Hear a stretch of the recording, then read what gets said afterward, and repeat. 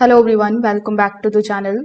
In today's video, I'm going to show you how to register Samsung product for warranty in 2026.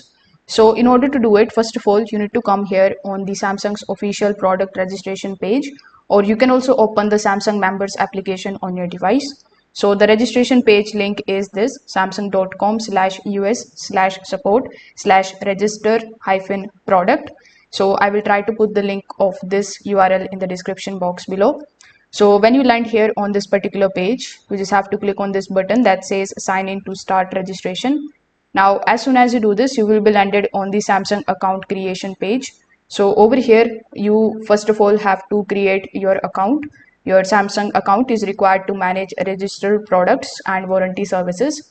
So when you create your account, you just have to go to the My Products section. Then Samsung allows registration for the phones, tablets, TVs, home appliances, and other supported devices. You will need your product's IMEI number, serial number, or the model number, depending on the device type.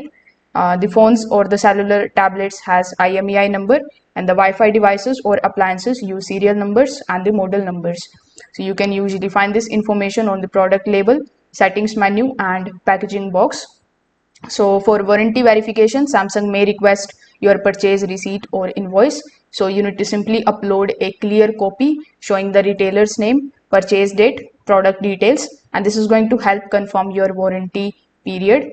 After submitting the details, simply hit the register button and Samsung will confirm your product registration, and you will now be able to track the warranty coverage, request repairs, access the product manuals, and receive customer support faster.